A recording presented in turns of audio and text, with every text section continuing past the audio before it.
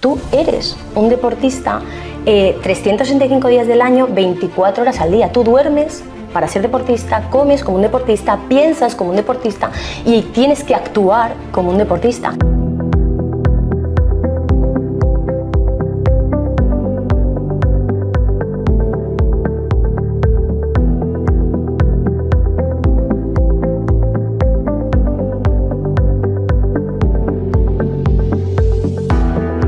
Hola, bienvenidos a un nuevo episodio de Slow Medicine Revolution, el podcast de Slow Medicine Institute. No todos los días tienes una gimnasta olímpica en tu salón. ¿Qué es eso? En Finlandia salón significa pues algo, en el salón de tu casa. Esto lo dejamos así tal cual, porque soy finlandesa y a veces puedo hablar. Tenemos a Sara Moro en Slow. Bienvenida, Sara. Muchas gracias. No todos los días está en el salón de Sari Arponen, también te lo digo, ¿eh? No todos los días porque tampoco vivimos tan cerca, pues eso. ¿verdad?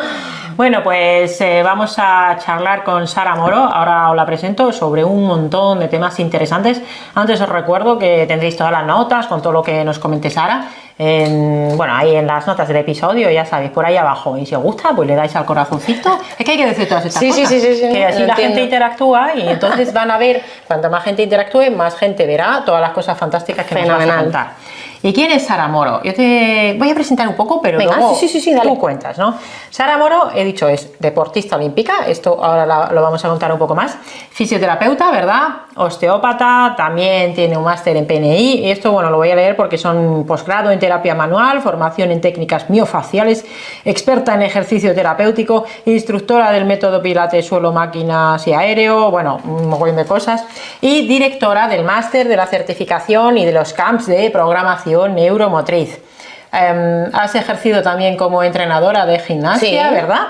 Y bueno, aparte de esto, he dicho deportista y olímpica porque yo creo que una vez que eres olímpica y eres deportista, lo eres para siempre, ¿no?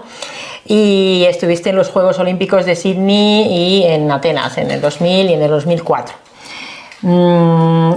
Sara, cuando se busca información sobre ti, te sale la Wikipedia, ¿no? Y dices, wow, porque estar en la Wikipedia, no todo el mundo está en la Wikipedia. Y sale una cosa que dicen, ex gimnasta. Y yo pienso, ¿cómo que ex gimnasta? Pero si tú ves a Sara Moro, cómo se mueve, cómo, bueno, no sé cómo se llama eso, cuando te pones en la barra a dar vueltas paralelas, así, sí, remolinos. Sí, y un montón de cosas, yo diría, bueno, igual que eres olímpica para toda la vida, sigues siendo gimnasta, no es que seas ex gimnasta. ¿Quién es Sara Moro? ¿A qué se dedica Sara Moro? Cuéntanos un poquito. Venga, tu historia. Empezamos por el principio. Bueno, no. Es que me ha gustado esa frase que has dicho porque fíjate, Jesús Carballo, que fue el seleccionador con el que yo he entrenado siempre en el tiempo que pertenezco a la selección española, siempre nos decía, cuando nos tenían filas, todas muy ordenadas, que nosotras no éramos deportistas, que nosotros, perdona, no hacíamos deporte, éramos deportistas. Y es lo que tú has dicho. Tú cuando eres un deportista de élite no haces deporte de lunes a viernes de 4 a 8. Tú eres un deportista 365 días del año, 24 horas al día. Tú duermes para ser deportista, comes como un deportista, piensas como un deportista y tienes que actuar como un deportista. Y es un poco lo que tú dices. Yo ahora cuando analizo un poco cómo soy, una vez me dicen, ¿cómo soy? Yo realmente soy deportista. Soy como, llevo toda mi vida siendo y teniendo esos valores que se necesitan en el deporte, pero que se necesitan para la vida, Sari, porque al final la vida no es, o sea, el deporte es parte de la vida, es lo mismo. ¿Qué más da que lo lleves a nivel profesional o a nivel familiar?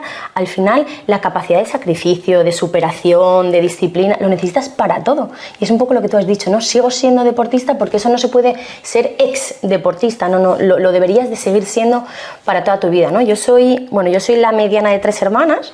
Yo nací, realmente soy asturiana y me considero asturiana, aunque soy nacida en México, por casualidades de la vida. Yo, bueno, pues siempre he estado relacionada con el deporte, ya con 3 añitos yo ya estaba dentro de un gimnasio y con 13 años ya formaba parte del equipo nacional. Yo me desplacé a Madrid a vivir en el centro de alto rendimiento y allí, pues bueno, la vida de un deportista, por lo menos de gimnasia, que es entrenar 8 horas al día, 4 horas por la mañana, 4 horas por la tarde. Y obviamente íbamos al colegio, estudiábamos nuestros exámenes, yo hice esta selectividad entrenando así. Yo con 15 años ya estaba en campeonatos del mundo, campeonatos de Europa, con 16 en Sydney más campeonatos del mundo, más campeonatos de Europa y con 20 en Atenas. Ahí ya me retiro, ya había llegado un poco a lo que aspiraba a nivel deportivo y me planteo ya retirarme, me vuelvo a Asturias y ya estudio fisioterapia y bueno, y a partir de ahí es una constante, la formación es como una constante en mi vida, ya sabes que somos esas personas cuando te gusta mucho la salud y quieres conocer y saber de verdad cómo funciona algo, al final no te queda otra que estar siempre con esa inquietud, pues siempre estudiando y formándote y un poco, bueno, pues todo lo que luego tú has dicho, ¿no? Pues osteopatía, bla, bla, bla, y bueno, al final simplemente es ir cubriendo tus inquietudes y llegar hasta, bueno, pues hasta este proyecto tan bonito que es programación neuromotriz. Un proyecto que, bueno, que lidera Pedro Vivar y que él comenzó y por amistad de él fue como yo empecé a colaborar con él hasta que, bueno, ya me empapo del proyecto. Es un proyecto que me entusiasma porque une la salud y el movimiento y es un poco mi filosofía de pensamiento de vida y clínicamente, ¿no? Creo que al final ahí hay una llave o hay una clave. Y PNM ahora ya me tiene totalmente absorbida y estoy 100% metida en este proyecto que me encanta. Bueno, pero sigues también como fisioterapeuta. Sí, paso consulta como fisio también, sí. Bueno, luego hablaremos también sobre la PNM, la programación neuromotriz, los CAMS, etcétera. Pero yo que soy una flipa de los Juegos Olímpicos en particular, es verdad que yo siempre me ha gustado mucho el atletismo y es lo que más veo en los Juegos Olímpicos, pero reconozco que la gimnasia es la otra disciplina de los Juegos Olímpicos que a mí siempre me ha flipado, porque ves a los gimnastas haciendo cosas que a la gente... Luego hablaremos sobre lo que es ser normal y sobre lo que es ser raro. Ves esas cosas y dices, es que esto es muy raro, la gente normal no podríamos hacer esto. Sí te diré también que antiguamente en los colegios, por ejemplo en Finlandia, mi madre siempre me cuenta que en Finlandia en su época se hacía gimnasia como tal, y saltaban, bueno, yo también aquí en España llegué a saltar el potro, el plinton, sí. Y hacíamos algunas cosas y de hecho el equipo de Finlandia llegó a ser una potencia importante hace mucho tiempo, ya no lo es, ¿no? Y a mí que soy una friki de la etimología de las palabras, dije, oye, ¿qué significará esto de la gimnasia etimológicamente? Y lo he buscado y viene de griego, como no, porque en Grecia lo de estar en buena forma física consideraban que la gimnasia era una forma de sabiduría y lo ponían al nivel de la filosofía, la poesía, la música, la geometría o la astronomía. Y gimnasia realmente dicen que, bueno, yo no sé griego antiguo porque no lo estudié, viene de gimnastike, de gimnásticos, que es aficionado a ejercicios atléticos, pero esto a su vez viene de gimnos, que significa desnudo, porque los atletas se entrenaban y competían desnudos. Bueno, yo la verdad es que los hombres a lo mejor algo se ponían para agarrarse a aquello. No lo sé. Pero en cualquier caso, es lo que tú has dicho. Realmente tú no es que practicaras gimnasia, incluso podríamos decir, o que eras gimnasta, eres gimnasia, deporte y movimiento. Y ya nos has comentado un poco que entrenabas cuando a los 13 años, ojito, ¿eh? O sea, si tenéis hijos preadolescentes o adolescentes, con 13 años trasladarte, entiendo que viniste tú sola. Sí, yo sola. Al centro de alto rendimiento. Entrenabas 4 horas por la mañana, 4 horas por la tarde. Y claro, entre medias tenías que estudiar. Sí. Pero es lo de siempre, Sari, cuanto menos tiempo tienes, más eficiente eres con el tiempo que tienes. Yo siempre pienso cuando los padres te dicen, no, eso de, bueno, es que mi hijo va a atletismo, pero como suspenda lo saco de atletismo. Yo siempre digo, no, por Dios, si suspende, mételo también a boxeo y después a karate. O sea, cuanto más suspenda, más ejercicio métele, porque él va a ser más eficiente. Va a tener que controlar sus tiempos. Yo me acuerdo, yo hacía los deberes en el recreo cuando estaba todavía aquí, cuando tenía 10, 11 años, porque yo con 10 años, pues entrenábamos de lunes a sábado de 5 a 8 y media. O sea, que decirte, al final tienes toda la tarde, llegabas a casa a las 9 de la noche y tu madre también te deja para la cama. Entonces eres muy eficiente con tu tiempo, eres muy responsable de lo que estás haciendo. Entonces, bueno, al final creo que eso te va dando esos valores que después en tu vida adulta dices, ostras, ¿esto por qué no me cuesta? O esto por qué lo hago como de manera innata, ¿no? Como si lo llevara haciendo toda la vida, ser, pues eso, muy eficiente con tu tiempo. Y yo creo que eso es una maravilla al final. Claro, o sea, tenías una disciplina que tú te llegabas algún día a levantar por la mañana y decías, hoy no me apetece. A verbalizarlo como tal, no. Ahora también te diré, todos tenemos días que dices, madre mía, ¿yo qué hago aquí? Me quedaba en la cama tumbada.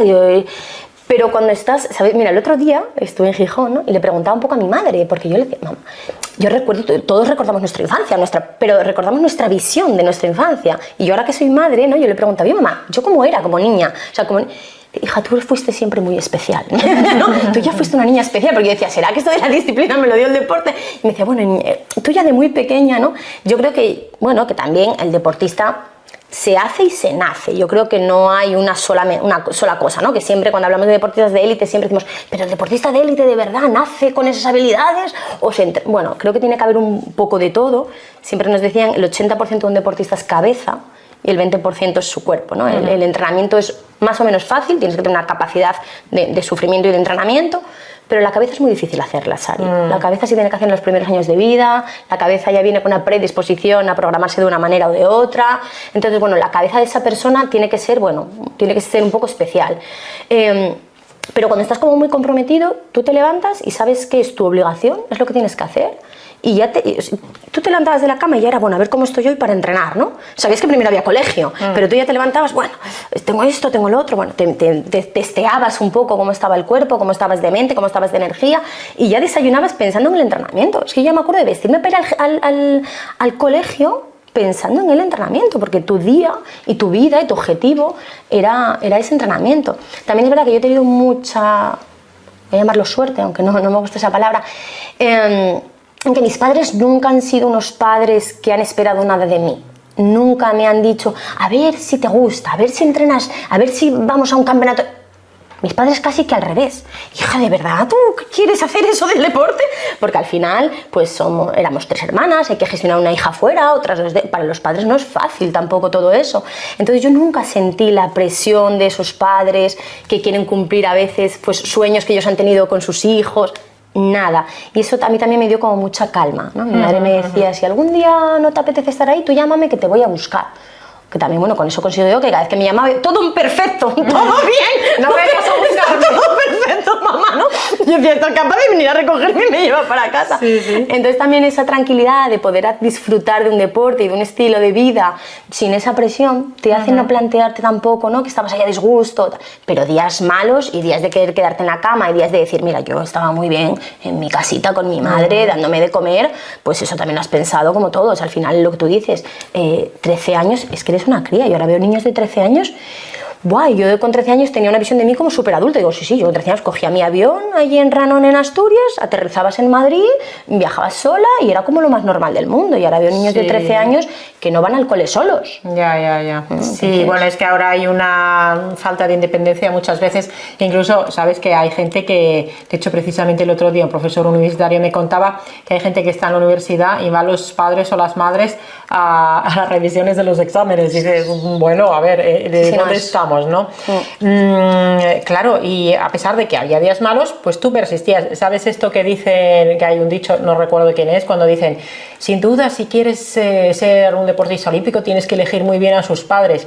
Hacían más referencia a la cuestión de la genética, por ejemplo, porque si alguien quiere dedicarse a correr los 100 metros lisos, pues oye, si no tiene cuerpo, la genética para eso, a lo mejor le va bien para otro deporte, pero también es importante un apoyo adecuado, pero que no sea un apoyo de una presión excesiva, porque claro, también esa presión excesiva a veces puede hacer que sea contraproducente. Eso quema, ¿no?, a la persona, sí.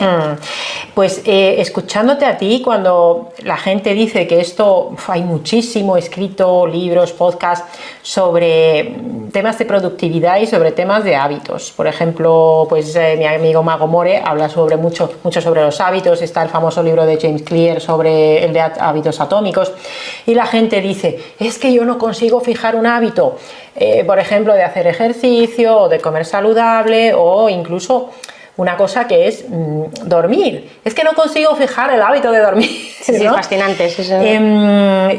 ¿Crees que, bueno, esto ya lo has respondido parcialmente, pero realmente las personas que se dedican al deporte, ya sea de élite o a un nivel semi-pro, o que en su categoría de amateur ya están en un nivel muy avanzado, ¿cuál crees que es la clave para que se llegue a fijar el hábito? ¿Es que hay que empezar desde pequeño o un adulto podría, a lo mejor no puedes responderlo porque, claro, tú lo respondes desde haber empezado muy pronto, pero cuando ves a una persona adulta que nunca ha conseguido fijar un hábito, ¿qué le podríamos decir a esa persona? Realmente, para fijar un hábito, como tú lo llamas, no, para hacer algo que quiero, solo tengo que saber qué quiero y quererlo de verdad. Lo que ocurre es que la gente, Sari, muchas veces quiere ser súper deportista, pero no quiere hacer deporte. O sea, no sabes realmente lo que quieres ni el sacrificio que te lleva ese objetivo. Porque yo quería entrenar 8 horas no, pero yo quería hacer gimnasia, pero yo quería pasármelo bien. Entonces, al final, el hábito lo haces cuando el foco y el objetivo es ese. A mí sí que es verdad que a nivel de hábitos, lo que me ayuda mucho es entender para qué lo hago y qué ocurre en mi cuerpo cuando lo hago y qué ocurre en mi cuerpo cuando no lo hago. Entonces yo creo que a veces en ese punto la información de lo que está ocurriendo cuando tú duermes poco o cuando tú comes una cosa o la otra, creo que entender lo que ocurre ayuda a decir, ostras, entonces sí, el foco va a ir por aquí. Pero va a ir por aquí no porque me han dicho que es muy bueno hacer deporte, es que estamos hartos ya de que nos digan, es que hay que comer saludable, dormir mínimo no sé cuántas horas, beber no sé qué y hacer deporte. Si eso ya lo sabemos todos, ¿qué me estás contando? Explícame realmente qué pasa si yo no hago esto, pero explícamelo, por lo menos para mí que soy muy cognitiva, ¿no? O sea, explícame, y cuando me explicas cómo, si no duermes tantas horas, ocurre esto y a partir de ahí pueden ocurrir ciertas cosas, ya decido yo, ¿no? si voy a hacer el hábito o no. Pero creo que nos fijamos más en libros que me recomiendan para hacer los hábitos, en gente que me gusta mucho y ha recomendado comer alcachofa, el otro que también es guapísimo y se echa el limón en los ojos. Entonces vamos haciendo hábitos de gente que pero no eres tú. Son gente que como te gustan mucho y los admiras mucho, muchas veces casi sin conocerlos, pues entonces imitas sus hábitos. Pero sus hábitos en ti no van a funcionar porque sus hábitos funcionan en ellos porque tienen un foco y saben que eso les funciona. Claro. Entonces yo creo que buscar el propósito de lo que quieres, dónde está tu objetivo, te va a ayudar a fijar el hábito. ¿Conoces, sabes quién es? Bueno, era Ken Robinson, que tiene un libro que se llama El Elemento. Bueno, este era un educador, era británico, ya falleció y tenía este libro que era El Elemento, donde decía que, por ejemplo, si a un niño se le da muy bien tocar la batería pero muy mal las matemáticas, lo que hay que hacer es, pues eso, apuntarle a tocar la batería y a música y no a una clase de refuerzo de matemáticas, porque realmente a cada uno se le puede dar bien una cosa. Quizás el problema está en que estamos tan anquilosados en pautas y en cosas, y entonces pues hay mucha gente que piensa que para ponerse en forma hay que correr. Pues bueno, habrá gente que le venga bien correr de vez en cuando, pero la mayoría de la gente a lo mejor, y me incluyo, pues quizás no sea nuestra actividad deportiva más es que a mí me fascina, ¿no? ¿Qué mandan siempre los médicos? Ejercicio físico, vete a nadar, ¿no? Entonces a mí me viene nadar, porque nadar te curas en salud, y estás en el agua, desgravitado, y el médico pensará, malo será que me resbale en las escaleras y me parta la cabeza, no tiene mucho peligro, vete a nadar, ¿no? Porque levantar pesas es muy peligroso. Entonces cuando la gente como fisioterapeuta te viene y dice, Sara, es que me han recomendado nadar, y digo, ¿tú sabes nadar? No. ¿Te gusta el agua? No. Digo, ¿qué coño vas a hacer nadando? Deja de nadar, ni que fueras un salmón. No nades. ¿Qué te gusta hacer a ti? Me gusta ir a la montaña, vete a la montaña. Claro. Quiero decirte, cada uno es lo que tú dices, tenemos una habilidad y unos gustos y tenemos que buscar qué es aquello que se nos da bien. ¿Te gusta la música? ¿No te gusta la música? ¿Te gustaría bailar con música, sin música, ejercicio? ¿En qué entorno te gusta estar? Y creo que esa es la clave, buscar lo que nosotros somos en esencia y lo que se nos da bien. Yo odio correr, pues no voy a ir a correr, porque tengo otras habilidades. Jolín, disfruta con tus habilidades. Que es buenísimo ir a andar en bici, pues para el que le guste, y para el que no, pues a lo mejor no. Es que yo creo que si realmente hubiera el lugar perfecto, la comida perfecta, el deporte perfecto, todos estaríamos haciendo lo mismo y viviendo en el mismo sitio. Pero es que no es real, no hay nada perfecto, no hay... El sitio de la felicidad no existe, cada uno tenemos la nuestra. Y somos tan individuales que a mí las pautas genéricas y me rechinan un poco. Claro, bueno, eso es lo que pasa mucho, ¿no? Es verdad que quizás muchas veces, ahora quizás está cambiando un poco desde el punto de vista de la educación física, es verdad que se van incorporando muchos deportes diferentes en las clases de educación física en los colegios y los niños pueden explorar diversas disciplinas. Sí, pero luego es verdad que depende también de la disponibilidad que hay de actividades extraescolares en cada sitio que puedas hacer una cosa u otra. Y del horario que los padres te puedan llevar y que no, al final yo lo pienso, en gimnasia artística, para tú poder ser un gimnasta artística tienes que tener un gimnasio que tiene que tener barra, paralelas, potro, salto, las anillas para masculina, eso cuesta un dineral. Y seguramente han salido niños con unas habilidades buenísimas en Teruel pero no tienen gimnasio. Entonces al final pierdes a muchos deportistas. Por eso cuando vas a los Juegos Olímpicos, y yo me siento súper orgullosa porque digo, es que la gente no se da cuenta lo difícil que es que salga esa persona y que de repente salte como porque es muy complejo que se den todos los componentes que se necesiten para que eso se lleve a cabo, ¿no? Claro, y es llegar a los Juegos Olímpicos, cuando alguna vez en los Juegos Olímpicos y dicen, ay, bueno, pues no consiguió medalla. Tú tuviste un cuarto y un quinto puesto en equipos, y aparte de las medallas que ganaste en diversos campeonatos, ¿verdad? Tanto internacionales como nacionales, o sea, tienes medallas a cascoporro, trofeos, pues lo que dé, ¿no? Y también te dieron un premio al mérito deportivo no me acuerdo de qué entidad era. En Gijón del Consejo, sí. Eso es. Entonces, realmente, pero es verdad que hay disciplinas deportivas que son poco conocidas, y que además es muy difícil vivir en este país, al menos, del deporte, salvo que uno sea, bueno, un futbolista de élite, un jugador de golf o un tenista, ¿no? Luego, ahora empezaremos enseguida a hablar de salud y estas cosas, pero sí que hablando de Juegos Olímpicos, yo siempre pensaba, ay, yo quería haber ido a los Juegos Olímpicos. Incluso en una época cuando corría pensaba, si yo llegara a correr el maratón y participara por Finlandia, a lo mejor llegaría a participar, llegaría a la última, pero estaría allí. Pero bueno, al final yo de verdad admiro mucho a las personas que llegan ahí. Bueno, los Juegos Olímpicos Paralímpicos ya son una superación. Si ya es difícil llegar a esos, pues a los Paralímpicos, que muchas veces son personas que a lo mejor practican deporte y luego les pasa alguna lesión y pasan a los Paralímpicos superando la adversidad, ¿no? Así, sin meternos tampoco en mucho cotillo, ¿cómo era el ambiente en los Juegos Olímpicos? ¿Pudiste conocer así a gente que admiraras? Y luego, ¿había como algún tipo de jerarquías? O sea, entre gente de diferentes países o deportes, en plan de que, bueno, esos son los reyes porque son, yo qué sé, los del baloncesto americano, y bueno, y los de otro deporte, ¿o había como igualdad? ¿Cómo era el ambiente ahí? Bueno, a ver, vamos a ser realistas, América es América. O sea, los americanos, de hecho muchos deportistas americanos no van ni a la Villa Olímpica, porque no se mezclan con otros deportistas, o porque, bueno, quieren tener otro cuidado, otra alimentación o lo que tengan. Entonces, ya partiendo de la base de que hay deportistas que no entran en la Villa Olímpica. La Villa realmente es lo mejor de los Juegos Olímpicos, es la Villa Olímpica. Es lo único que diferencia realmente un campeonato del mundo. He ido a varios campeonatos del mundo, pero al final el campeonato del mundo es de tu deporte. Entonces compites con las gimnastas que estás harta de ver, que son las de siempre, que es muy bonita la competición, pero es más de tu deporte. Pero los Juegos Olímpicos tienen eso de que tú estás en la Villa Olímpica y ves a uno que le miras y dices, menudo cuerpo escombros, ¿este qué hará? O sea, es que es imposible que esté aquí. Porque yo qué sé, ¿no? Yo pues también con 16 años yo estaba como, con mis primeros juegos, vas como fascinada, como viéndolo todo, ¿no? Yo no me imaginaba la Villa Olímpica tan grande. O sea, pues eso es como una mini ciudad, te mueves en autobús.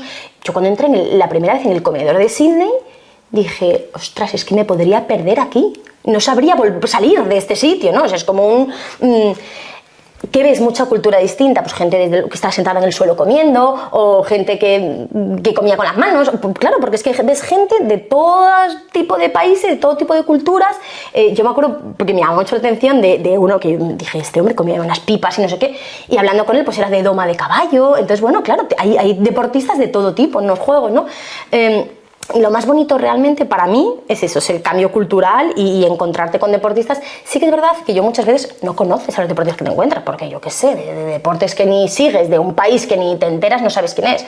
Pero sí que es verdad que en todas las Villas Olímpicas, como te encuentres con un español, es como si fuera hermano tuyo, o sea, español...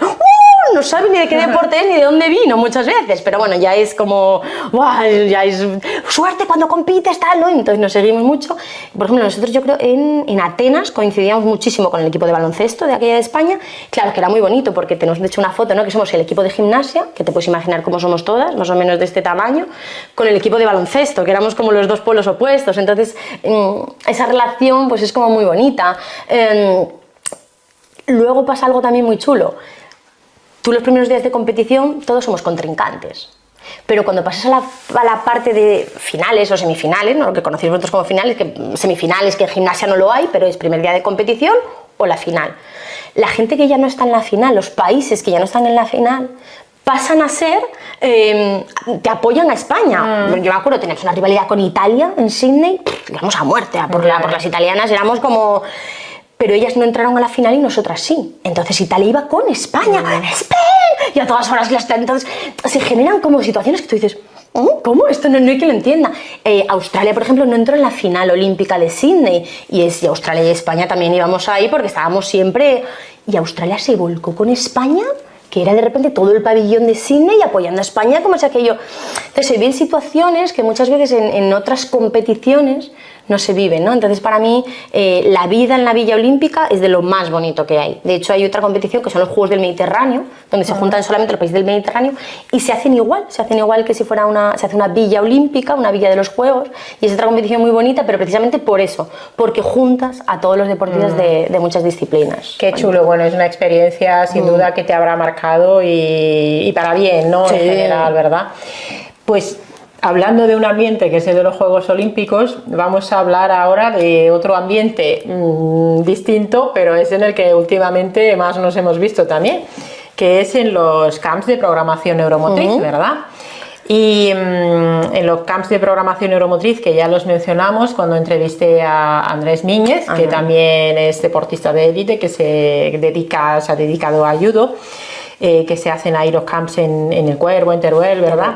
Y bueno, pues tú eres la directora de programación neuromotriz y al final tienes mucho que ver también en la organización de los camps de programación neuromotriz. Y claro, yo de los dos que he ido este verano, yo me quedo con una cosa que dijiste, porque al principio se hace como la presentación, sí, ¿no? Y en esa presentación ahí éramos, no sé, entre todos éramos 60 personas más los monitores, bueno, un montón de gente, ¿no? Y la gente se presentaba y había mucha gente que cuando se presentaba, que por qué había ido al camp y qué hacían ahí, decían, es que yo en mi ambiente soy un bicho raro y nadie me entiende. Y entonces vengo aquí y veo a la gente descalza y veo a la gente que podemos hablar de las cosas normales, que para mí son normales. Y yo veo a los demás y veo que en mi ambiente soy raro y aquí estáis vosotros que sois raros como yo. Y entonces tú dijiste, vamos a ver, vamos a dejarnos de que sois raros. Aquí los normales somos nosotros y los raros son los otros. Claro, esto dicho así suena como un poco, pero ¿qué me estás contando? Entonces, ¿de qué va esto? ¿Por qué la gente que va a los camps de PNM dicen que son raros y los otros son supuestamente los normales? ¿Y por qué en realidad es al revés? O sea, ¿qué es lo que realmente sería ser un ser humano normal en lo que a movimiento, alimentación, descanso o incluso crianza se refiere? ¿Y cómo estamos en la sociedad en cuanto a raritos y normalitos? Claro, mira, a ti siempre desde respeto, sí, sí, no, partiendo de la base de que todos somos normales, ¿vale? Todos, sí. Pero no. Uno más que otro. Vamos a poner aquí un poco de orden, Sari. Sí. A ver, teniendo en cuenta que lo normal es lo habitual, ¿no? Lo que más nos encontramos, obviamente los normales son ellos, porque hay más, es más habitual encontrarlos. Pero normal también es aquello que va acorde a la naturaleza, ¿no? A ti que te gusta también la etimología y todo eso, ¿no? Entonces, claro, hoy en día nos encontramos con que si lo normal es aquello que más se acerca a la naturaleza, pero también es aquello que es más usual o que más mayoritario, nos encontramos con que la palabra normal ahora mismo es como contradictoria en sus dos significados. En PNM lo que intentamos es ir acorde a la naturaleza. A la naturaleza, vamos a decir, de la especie humana. O sea, somos unos bichos y unos animales que nos regimos por la luz del sol. Entonces lo normal será comer cuando hay sol, no comer cuando está en la oscuridad. Lo normal será caminar con los pies, no caminar con unos zapatos que la gente le dice dónde está el dedo gordo y no lo sabe ni mover o no lo sabe despegar del que tiene de al lado.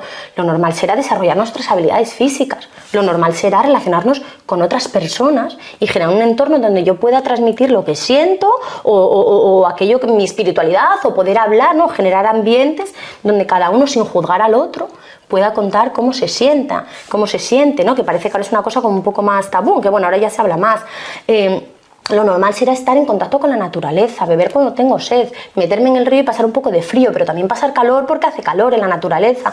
Entonces lo que intentamos en programación neuromotriz, con un eje, con una columna vertebral que es el movimiento, porque todo gira en torno al movimiento, pero luego hacer ese movimiento en un entorno natural, en una naturaleza de la especie. Entonces, claro, cuando la gente en su día a día le dice a otro, no, es que yo intento que cuando ya se pone el sol no ceno muy tarde, porque no me gusta cenar tarde.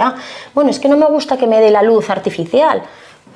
Bueno, y esos zapatos, no, es que no me gusta algo que me apriete los pies. Menudo raro de los cojones, menudo tipo, como para hablarle de algo. Entonces ya empiezas como a desconfiar del que tienes al lado, porque hace cosas que realmente viene desde la ignorancia, viene desde que tú las desconoces. Entonces, cuando en PNM llega esta gente que anda con calzado un poco abierto o anda descalzo porque quiere y nadie le dice nada ni nos importa, cuando te pones unas gafas para protegerte de la luz y ni lo juzgamos ni nos importa, o cuando empezamos a hacer ese tipo de cosas, vienen allí y se sienten como, ¡ay, no es que encima no me juzguen, es que encima también lo hacen ellos! Entonces, de repente generamos un entorno donde todos somos normales, donde vamos acorde a la naturaleza del ser humano y hacemos cosas que son lo lógico para el cuerpo y para nuestra biomecánica y nuestra fisiología y lo que ya sabemos, ¿no? Claro, y además que en los campos de PNM se mueven alrededor del movimiento, como bien has dicho. Bueno, ahora hablamos un poco más del movimiento porque como tú eres fisioterapeuta y tienes varias formaciones y además tienes también el máster en PNI y además, bueno, el mismo tenemos los dos el mismo, ¿no? Y claro, cuando hacemos cosas raras, vamos a decir lo que decía Hipócrates, cuando se acumulan esos pequeños pecados contra la naturaleza, que esto lo decía Hipócrates, que es no movernos o movernos de formas extrañas, estar todo el día sentados. A ver, ahora estamos sentados, pero es por una cuestión de, bueno, estamos grabando una cosa y no porque somos flexibles, nos podemos sentar un rato y no pasa nada. Sí, un rato, pero si estuviéramos 3 horas, a lo mejor llegaría el momento en que me dirías, oye, Sari, corta ya que nos estamos pasando, ¿no? Pero cuando no nos movemos, estamos todo el día sentados, se comen ultraprocesados, se duerme poco, todas horas con pantallas, poco contacto social real. Entonces, en algún momento empiezan a surgir los problemas y por desgracia los problemas empiezan a surgir cada vez más tarde. O sea, más pronto, perdón. O sea, con niños ya pequeños, fíjate, cuando le hice una entrevista a, bueno, en este caso fue a Jesús Serrano, porque también Rubens, ¿verdad? Habla mucho, R-Motion Coach, habla mucho sobre el calzado respetuoso, también Jesús Serrano habla mucho sobre este tema, que él es tanto fisioterapeuta como CAFID. Pues él decía que ya estaba viendo en clínica a niñas de 10, 12 años, 14 años que ya tienen, ¿cómo se llama en castellano? La lux valgus, el juanete. Sí, el juanete. El juanete. Que ya tienen juanete. Y dices, ostras, cuando normalmente es algo que lo asocias bueno, pues a gente personas mayores, ¿no? Y entonces la persona dice, uy, pues me encuentro mal, me duele la espalda, tengo el intestino pocho, me duelen los pies. Empiezan sobre todo los dolores, ¿no? Muchas veces, y entonces uno va al médico, va al fisioterapeuta o bueno, o donde sea. Sí. Y entonces esto ya es una reflexión un poco particular, que tampoco... pero sí que como sé que tú tienes una visión de ver las cosas muy tuya, quería saber cómo ves que funcionamos como sociedad en general y el sistema sanitario en particular en lo que a la atención a la salud y la enfermedad se refiere. Es decir, a uno le duele la espalda. Sí, ¿vale? Y entonces va o al médico, que a lo mejor el médico le dice muévete más, pero ¿qué podríamos hacer? Porque a mí tampoco me gusta buscar culpables, muchas veces sería buscar responsabilidades. ¿Cómo podríamos empezar a cambiar esto? Mira, a mí eso me pasa en consulta. En consulta te llegan pacientes, ¿no? Yo soy fisio al final. Lo que tú dices, los síntomas cada vez empiezan antes y los primeros síntomas casi siempre son musculoesqueléticos. Al principio la gente pues le duele un poco la lumbar o le duele un poco la cervical o tiene un poquito de dolor de cabeza. Ahí empiezan los primeros síntomas. Entonces nuestros pacientes, bueno, ahora ya vienen cada vez peor, ¿no? Pero los que te llegan a fisioterapia, yo muchas veces los entiendo como personas que están en el proceso de la enfermedad, pero están pronto en el proceso de la enfermedad. Entonces la gente... necesita ir al médico muchas veces, ¿no? Y necesita que el médico le dé un diagnóstico, porque la gente necesitamos que nos digan la etiqueta de lo que nos pasa, ¿no? Y necesitamos ese, pero es que no me encuentran nada. Y yo, genial, pues si no tengo, es que no tienes nada, ¿vale? No hay nada estructural, claro, ¿no? Entonces, esos son los pacientes, realmente yo digo, mira, yo como fisioterapeuta tengo que tratar a los pacientes que no tienen nada, que el médico me ha dicho, mira, este paciente se le ha hecho pruebas y no tiene nada, pero tiene síntomas. Entonces, bueno, vamos a ver el origen de esos síntomas donde no hay un daño estructural y donde no hay nada, ¿no?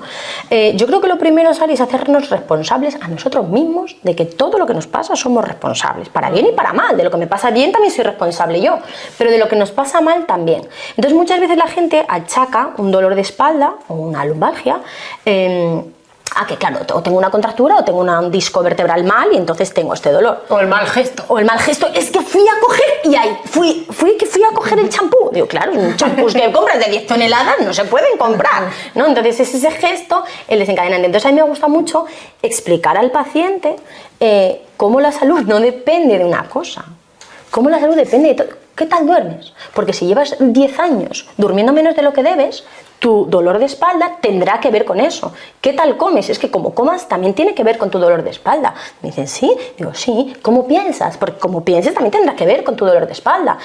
¿Cómo te relacionas con los demás? Porque como te relaciones también tendrá que ver con tu dolor de espalda. Entonces, claro, la persona ya deja de buscar el motivo de su dolor solo en un punto. No, tiene que ser estructural. Y entonces me tiene que ver el traumatólogo. Y es el traumatólogo el que me tiene que decir porque es que me duele un disco vertebral o un músculo. No, mira, es que en el disco y en el músculo interviene todo, porque es que somos todo. ¿Cómo pisas? ¿Con qué te calzas? ¿Cómo? Todo, Sari. Entonces a mí me gusta mucho explicar al paciente cómo lo importante es todo lo que haces. Pero todo, es desde por la mañana hasta el día siguiente. Y eso hace también que esa persona no vaya tanto a voy al médico, porque esto lo hemos hablado tú y yo muchas veces. Al final la salud actual trata la enfermedad. Pero cuando el paciente no está enfermo, porque no lo está, tiene síntomas porque su vida no va acorde a su naturaleza, pero no hay una enfermedad. Y mientras no hay una enfermedad, el médico no sabe hacer nada más, porque es un médico especialista de la enfermedad. Entonces, claro, tú vas al trauma, tienes mal la rodilla, pero el trauma te dice, pero no estás para operar. Claro, no esperes otra cosa del trauma, es que el trauma sabe operar. Y no tiene por qué saber otra cosa. No tiene por qué saber otra cosa, entonces le echamos la culpa al trauma. No, mira, claro, lo que pasa es que el trauma te dice, bueno, cuando estés para operar, vuelve, no, cabrón, vamos a intentar que no esté para operar nunca, ¿no? Pero claro, tampoco podemos pedir que el médico que está entrenado para la enfermedad te trate antes de que estés enfermo. Entonces creo que hay que responsabilizar a la gente y hacerle ver a la gente que para no llegar a la enfermedad podemos hacer muchas cosas, pero hay que comprometerse. ¿Cuánto estás dispuesto a hacer? No, es que me da la pastilla, ¿vale? ¿Tú estás dispuesto a moverte para no tomar la pastilla? No, bueno, pues entonces toma la pastilla, ¿no? Sí, esto genera, hay que dar una explicación, hay que buscar, decías tú, ¿no? ¿Cómo hacemos? Lo primero, que el paciente lo entienda, que el paciente lo sepa, porque si no, es lo de antes, no encuentra el foco, no encuentra el porqué. ¿Por qué lo hago?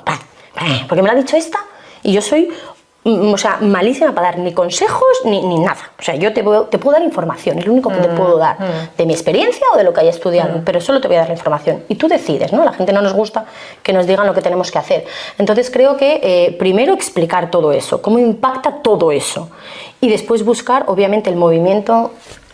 Es que lo que tiene que estar, Sari. Es que puedes hacer muchísimas cosas, pero el movimiento creo que es una pata de la mesa muy importante. Aunque toda la salud tiene muchas patas, hay que buscar aquello que te gusta, aquello que te motiva y aquello que tienes accesible fácil. Pues digo, no, es que es muy bueno ir a la montaña ya, pero mira, que vivo en el centro de Madrid, bueno, pues igual vamos a buscar otra cosa más fácil, ¿no? Hacérselo accesible a cada uno y para eso cada uno tenemos que saber qué estamos dispuestos a poner en la sartén. Bueno, incluso cuando ya ha aparecido la enfermedad, incluso allí también es fundamental. Lo que pasa es que es verdad que el sistema tal como está montado es un sistema que orbita mucho alrededor del médico y faltan muchos otros profesionales porque, por ejemplo, en la Comunidad de Madrid sí que ya se está empezando a implantar la receta, como lo llaman, la receta deportiva. Sí, ya en varias comunidades. Pues claro, lo que pasa siempre, que no es lo mismo ir con un profesional, por ejemplo, de la fisioterapia en la sanidad pública, que además muchas veces se debe al médico de rehabilitación, tiene muchísima sobrecarga, pues lo mismo pasa un poco en la receta deportiva, que es mejor que nada, sí, pero realmente las necesidades que tiene la sociedad, que cada vez está más enferma, me hace gracia, ¿sabes? Esto que ahora dicen que se habla de la longevidad y de que se va a querer frenar el envejecimiento, y yo pensaba, pero vamos a ver, si hay más del 50% de la población está con sobrepeso y obesidad, que es algo entre comillas, más sencillo que el envejecimiento y se va supuestamente a solucionar el envejecimiento cuando hay otras cosas como la lumbalgia. Si no sabemos llegar a los 40 Claro, sanos, Sari, sí, sí, sí. ¿de qué estamos Es complicado, pero bueno, tampoco a mí personalmente, pues bueno, no me gusta ser parte del problema, sino parte de la solución, y tú estás en eso, desde luego, con la programación neuromotriz.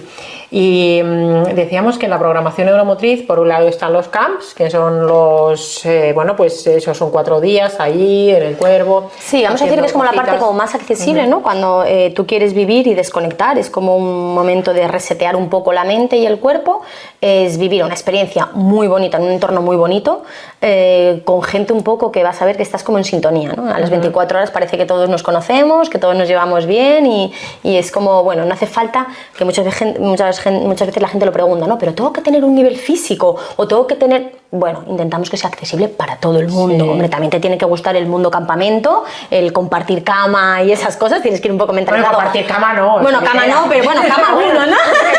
Estás vendiendo aquí una cosa. No, que luego... No se comparte.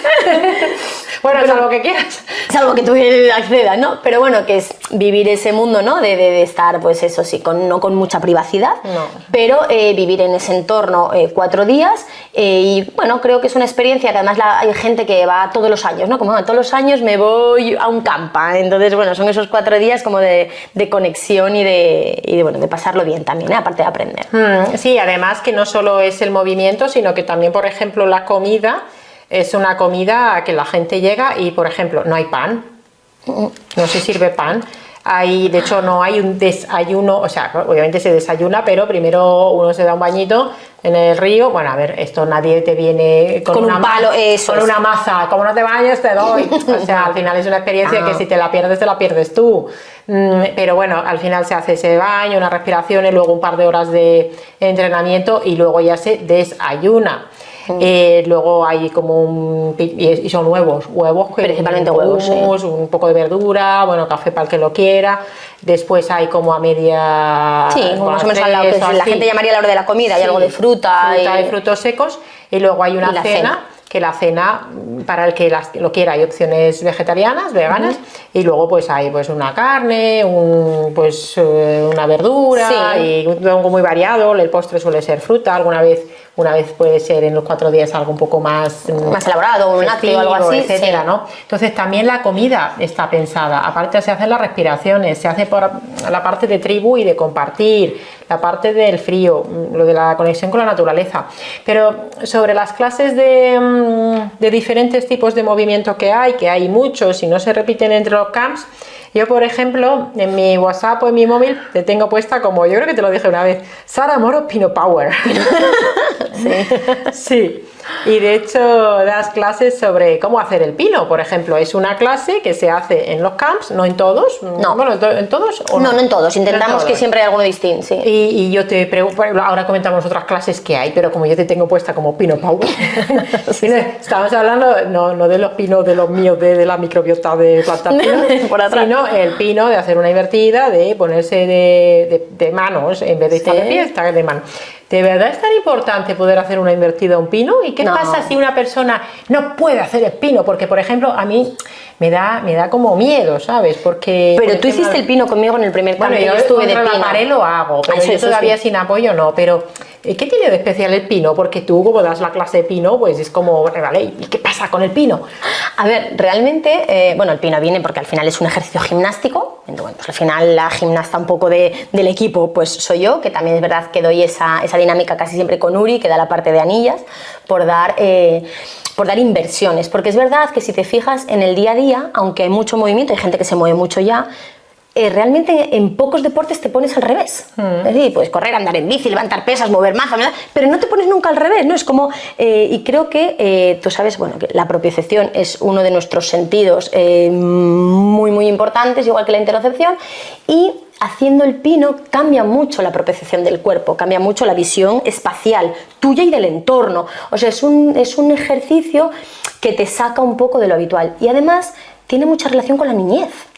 porque es un ejercicio que de niños hacemos sin miedo, lo típico en el cole, te pones en la pared y otra niña lo hacía y junta. Es un ejercicio que muchas veces te traslada un poco a tu infancia, entonces emocionalmente tiene como mucho impacto, aparte de que para mí es todo lo que es en inversión. Yo, como has dicho antes, fui instructora de pilates aéreo, donde se hace mucha inversión, y todo eso es donde el diafragma de repente se abre, y ahí, bueno, pues tú ya sabes, ¿no? que hay todos los núcleos, y ahí se abre mucho la emoción también, le das ahí un espacio al cuerpo donde no se le suele dar en el día a día, ¿no? El tema del pino es que ahora también se ha puesto muy de moda, también gracias al CrossFit. La gente empezó a hacer el pino, y bueno, pues tiene mucha gracia el pino, y le he dicho, bueno, pues para mí el pino, que es como estar sentado, digo, pues, pero me hace mucha ilusión que a la gente sobre todo le genere esa emoción, digo, venga, vamos a hacer seminarios de pino. De hecho, bueno, vamos a hacer un curso de pino también, porque hay como mucho tirón. De hecho, fíjate, me ha pasado esta semana, he tenido una paciente.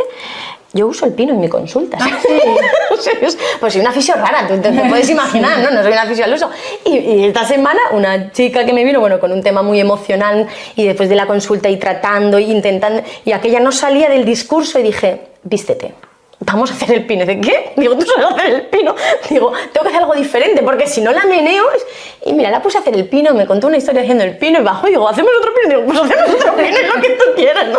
Entonces, bueno, sí que es verdad que ahora es obligatorio hacer el pino, y muy, no, hacer el pino si te apetece y si no, no. Pero bueno, a mí es una cosa que me genera mucha facilidad y me gusta enseñar. Entonces, bueno, ahí está. Bueno, el pino es fantástico. Luego otro que hace muchos pinos es Darío Cuesta, ¿verdad? Sí, también lo tenemos en los campas a veces, dando él esa parte de pino. Sí, es genial. Nosotros este fin de semana, bueno, estamos grabando esto en una fecha, pues hace unos días con Andrés también estuvimos haciendo alguna invertida. Muy bien. Y a la gente la verdad es que le gustó mucho, porque, por ejemplo, para la gente que está pues trabajando mucho sentado, con una pantalla y tal, oye, pues ponerse a lo mejor a hacer unas, que si no puedes hacer pino, que es contra la pared, pues también. Claro, no, en diagonal, contra la pared, no tiene que ser un pino perfecto encima de una mesa, no, hablamos. Y otra, que estabas hablando de la vuelta a la infancia. Otra cosa que probablemente mucha gente hace mucho tiempo que no ha hecho es dar volteretas, porque en las clases de lucha, que hay algo de lucha, que esto como siempre es obligatorio, pero si no vas te lo pierdes. Sí, efectivamente. Y realmente, por ejemplo, a las mujeres nos viene especialmente bien. El otro día, precisamente, cuando Andrés nos hablaba sobre la lucha, decía: ¿cuántas de aquí, de las chicas, de pequeña alguna vez tuvieron ocasión de luchar, de jugar a peleas? Oye, pues la única que había yo es que fui un poco... Peleando lograste. Yo sí que había hecho, porque además hice judo, pero las otras mujeres, no sé si una, pero las otras nunca habían tenido ocasión de jugar a luchar. Y entonces, como en la lucha es importante saber dar una voltereta y rodar, claro, y también saber caer, pues oye, cuando llevas años sin hacer una voltereta y te pones a dar un par y te mareas, dices, pues no me acuerdo yo de que cuando era pequeña me mareaba de esta manera. Y bueno, pues al final el saber dar volteretas, oye, os animo a ver, bueno, ahora hablaremos de dónde pueden ver estas cosas, ¿no? Sí.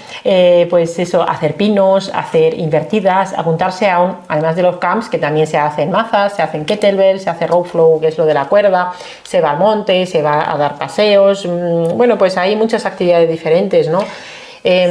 Pero también hacéis lo que has comentado, los workshops. Sí, hacemos también workshop de PNM como tal, ¿vale? De que se llama workshop porque los anglicismos de ningún... talleres. Ninguna cosa sino un anglicismo. Venga, talleres. Bueno, sí, hacemos talleres. De hecho, Andrés da los de kettlebell y mazas principalmente, ¿no? Porque tiene, bueno, más que ver un poco con su entorno.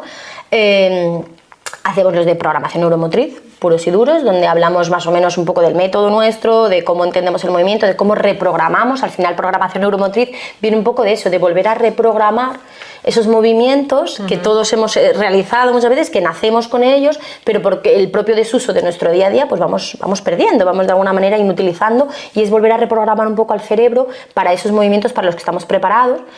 Y tenemos también el máster online, que tenemos esa formación que es online, y hacemos también certificación para profesionales. Ahora sí que estamos haciendo, donde tenemos la suerte de tenerte a ti también dentro del máster, poniendo ese punto importante de estilo de vida junto con Antonio Valenzuela, más de certificación para gente que ya se quiera profesionalizar o que se dedique un poco más a ello.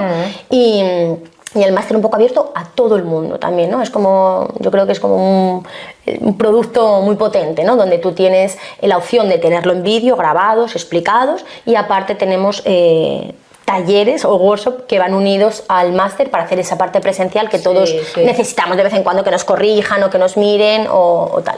Sí, bueno, además se hacen en diferentes sitios. Yo os animaría a acercaros a un taller, porque conoces a gente que, además la gente que va, vamos a decir, es gente normal, en el sentido de que no somos la gente que vamos ahí deportistas de élite. Yo cuando fui al primer camp, ya lo he dicho, yo en aquel momento estaba fatal de forma, y cuando me puse ahí con Uri con las anillas, y bueno, me ayudó ahí a ponerme invertida. Yo decía, me voy a caer de aquí y me voy a desnucar. Pero sin haber vuelto a entrenar anillas, y después, pasados unos meses de estar entrenando con mi entrenador personal aquí, bueno, con Víctor Tellez, que sabes, pues después de haber estado entrenando, pues una vez en casa, efectivamente, Pedro Vivar, tenía unas anillas, porque él tiene unas anillas en su casa. Sí, yo también tengo otras. Tú también tienes unas, poneos anillas en casa. Entonces muy dije, cogí las anillas en casa Pedro, dije, voy a probar esto, que hace mucho que no lo pruebo, y de repente me salió la invertida yo sola, y fue como wow, o sea, qué chulo. Es verdad que tenía un miedo ahí, que ahí fue, en este caso, mi entrenador personal, el que me ayudó a quitarme ese miedo, porque muchas veces es una cosa psicológica, ¿no? Es que no puedo. Pero si dices, pues sí, oye, si los demás pueden, porque yo no puedo. A lo mejor no puedo ahora, pero si entreno mucho, llegará un día en el que pueda, ¿no?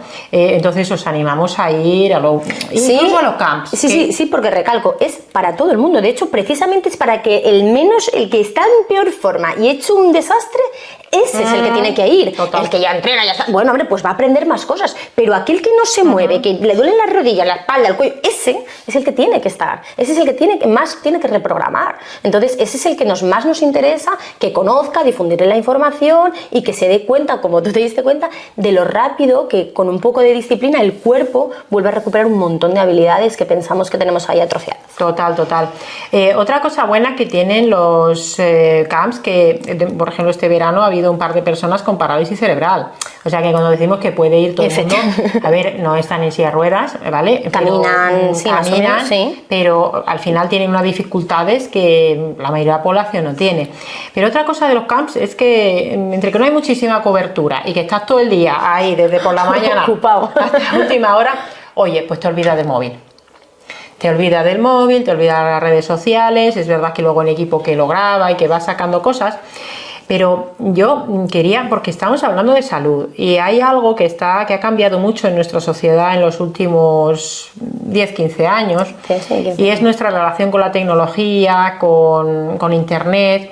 Es el hecho de llevar un ordenador portátil potentísimo en la mano, en el bolsillo a todas horas, y además con las redes sociales. Y como tú eres un rara avis en este sentido, eres una persona muy especial por muchos motivos, pero eres una de las poquísimas personas que conozco que no tiene redes sociales. Bueno, a ver, conozco gente que quizás tiene una edad, tiene una pero así joven como yo te referías. Pero personas de nuestra generación o incluso mayores que no tienen redes sociales, y al final no voy a demonizarlas en el sentido de que consiguen muchas positivas. Por ejemplo, yo pues las utilizo para mi divulgación. Es verdad que para mí ha sido un dilema a veces, pues al final si esto genera problemas, pero por otro lado me permite llegar a la gente. Hay mucha gente que no iría a los camps de PNM si no se hubiera conocido por redes sociales. Pero tú que no tienes redes sociales, serías como una especie de observadora del resto de las personas que sí que los tenemos. Entonces voy a dar unos datos para hacer una reflexión sobre esto contigo, porque tampoco lo hemos hablado nunca específicamente fuera de, bueno, ahora estamos aquí. Es que también, ¿sabes lo que me pasa? Yo nunca he tenido redes sociales, pero para mí era como lo normal, y no me he hecho consciente de que no es normal hasta que mucha gente me dice, oye, ¿cuáles son tus redes? ¿Te busco en redes? No tengo. ¿No tienes? Y digo, ¿y por qué se sorprenden? Bueno, ¿qué pasa? Que ahora todo el mundo... Y entonces me he ido haciendo consciente de que era raro no tenerlas cuando la gente me lo ha ido diciendo, pero yo hasta hace un año No era consciente de que no tenerlas era como algo raro, ¿eh? También Pero por eso tu reflexión va a ser importante. Mira, te voy a dar datos. Venga, porque dame. tú Sí, eres muy mental y los datos están... Entonces, en España, por ejemplo, hay casi 40 millones... Estos son datos de este año, ¿vale? Del 2024. Hay casi 40 millones de usuarios de redes sociales, que es un 83,6% de la población total. Claro, piensa en la gente que son menores... porque son casi 40 millones, o sea, piensa en los menores de, no sé decir, 12, 14 años, piensa en la gente, no sé, a partir de los más 70 o 80, ya depende de la persona, ¿no? Y sin embargo, usuarios de internet hay 45,5 millones, que a lo mejor no tienen redes sociales. Entonces, de los usuarios de internet, realmente el 87% están en redes sociales. De media, las redes sociales, y hablo de YouTube, Instagram, Facebook, LinkedIn, TikTok, Twitter, fundamentalmente hay otras, pero estas son las principales. De media se usan casi 2 horas al día. Pero hay gente que las usa 6 horas al día, muchos adolescentes, porque hay gente que a lo mejor solo está media hora. YouTube es la que más se utiliza y mira, el top 5 de cuentas más populares de YouTube son, podríamos decir Slow Medicine y Pedro Vivar, pero no, son Mike Crack, que no sé quién es, Auronplay, que tampoco lo conozco, Las Ratitas, Invictor, que no creo que sea el de Marcos Vázquez, y el Trolino. Bueno, no conozco a ninguno, no estoy puesta al día. En Instagram el top 5 son Sergio Ramos con casi 63 millones. ¿Qué es el futbolista? De Instagram. Pero los más seguidos. Vale. En España, Georgina Rodríguez, que creo que es la mujer de Cristiano Ronaldo.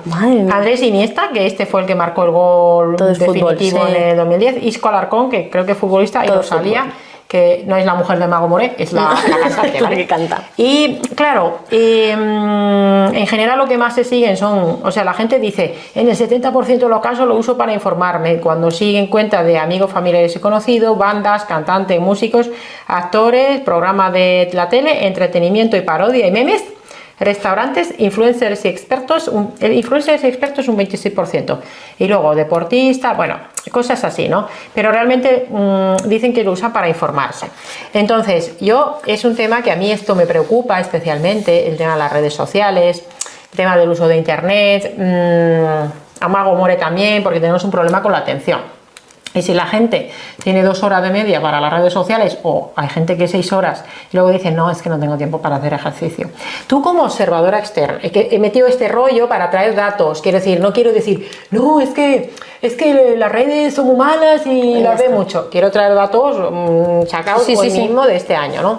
Tú como observadora externa del resto de las personas que usan las redes, sobre todo también gente joven bueno, da igual la edad, que lo ves así todo el día, ¿qué piensas, Sara Moro, deportista olímpica que no tiene redes sociales? Porque algo pensarás, a lo mejor dices, pues mira, me la pela, no sé. ¿Qué piensas sobre este tema? Fíjate, te podría decir me la pela, y creo que me la pelaría si no tuviera hijos. Creo que cuando a mí me empieza a hacer clic la cabeza es cuando ves niños y de repente los niños cogen la pantalla o tal, ¿no? Ves, ahí es cuando ya me la deja de pelar tanto, porque si no, realmente sí que me importaría poco, creo, ¿eh? Porque tengo, vamos a decir, esa capacidad de vivir un poco en burbuja, un poco en cueva, que quizás es una manera de protegerme yo, es una manera de mantener mi salud, yo que necesito para yo estar equilibrada mentalmente y de mi salud, entonces vivo un poco apartada, pero cuando tienes hijos que se desarrollan con otros niños, que van al colegio, que pues ahí ya empiezas a decir, igual ya no me preocupa más de lo que pensaba. Fíjate que podemos hablar, ahí tiene infinitas cosas buenas, vamos a ser sinceros, esta gente que está escuchándonos nos escucha gracias a las redes, nos conoce mucha gente, se divulgan cosas maravillosas, te puedes conectar con gente que vive, o sea, tiene cosas maravillosas y no seré yo la que los niegue porque sería de idiotas, ¿no? Pero también es verdad que ya no solo vamos a hablar de la luz de la pantalla, la posición de los niños, la falta de atención, porque claro, tú estás viendo una cosa luminosa que se mueve, y luego ves al profesor ahí medio desgarbado con la gafa puesta diciéndote, niño, el 3 más 5, ¿dónde tiene las luces? Este no se me mueve rápido. Es normal que no le pueda prestar atención, es que mi nivel para prestar atención de estímulo es tan alto que luego cojo un libro y está bien, pero escucha, les cuesta mucho, ¿no? Podemos hablar de todo eso. Pero fíjate que a mí lo que más miedo me da o lo que menos me gusta de las redes sociales es que creemos que estamos más conectados entre nosotros, porque alcanzamos, llegamos a mucha gente. Y yo creo que es el momento de la sociedad donde más desconectados y más solos estamos, y más sentimiento de soledad y de no pertenecer a nada y de estar...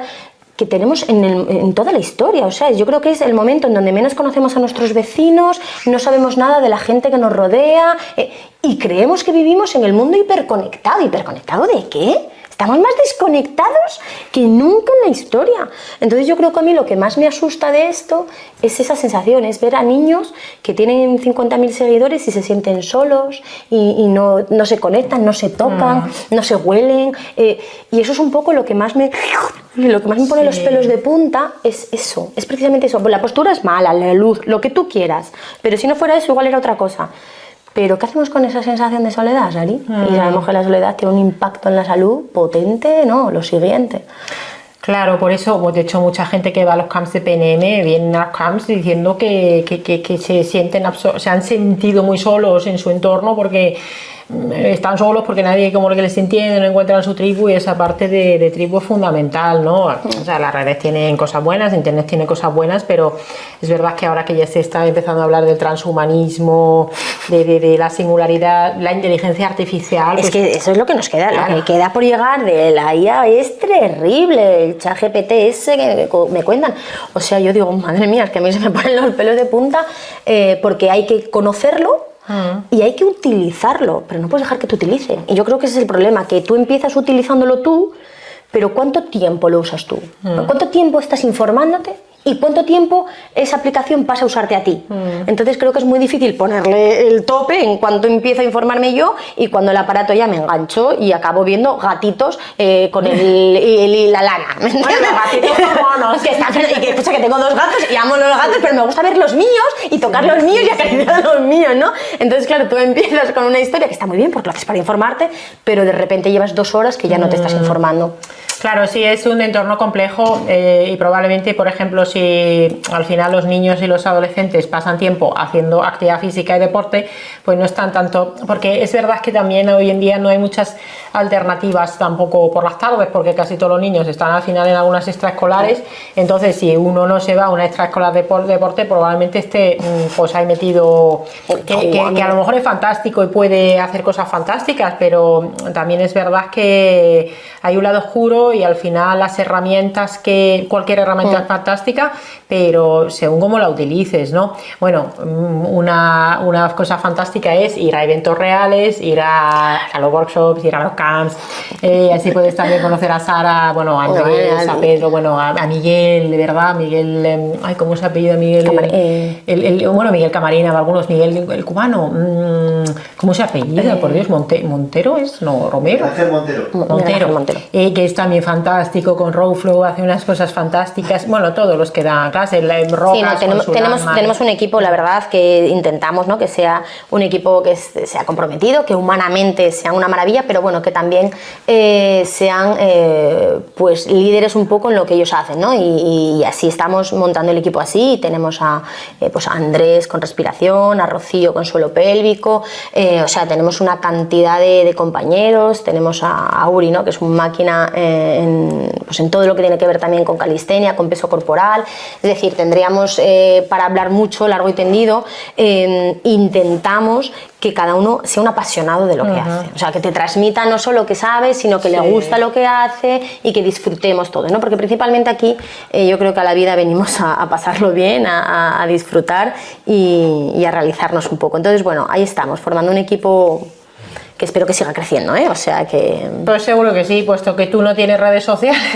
Pero me lo irán informando. Tengo mi chica de redes sociales que me informa de todo. Pero Programación Neuromotriz sí que tiene sus redes, Instagram y TikTok, ¿verdad? Sí, estamos con LinkedIn también. Y bueno, en la página web donde también vienen todas las cosas, pues ahí la gente puede estar al tanto de los workshops. Bueno, ahora Camp no habrá hasta Semana Santa. Semana Santa, sí, solemos hacer Semana Santa y verano. Pero bueno, pues eso, están los talleres. Cuando salga esto ya habrá pasado el congreso porque no nos da tiempo a sacarlo antes, pero bueno, ya para el siguiente podrá ir la gente.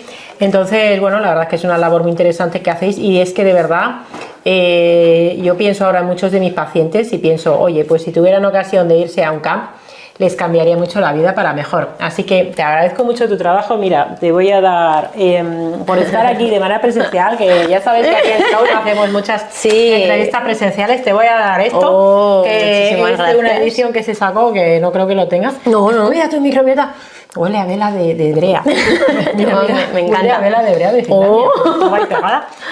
Es un calendario de alimentos de temporada. Pero bueno, mira qué maravilla. Tal, para que no te agobies con el tiempo. Y luego esto que, bueno, pues abrir. Es un regalo de Slow para ti. Muchísimas gracias. Me encanta. Una tacita de Slow. Así que la verdad es que es un lujo hablar contigo. Luego seguiremos hablando de más cosas fuera de cámaras,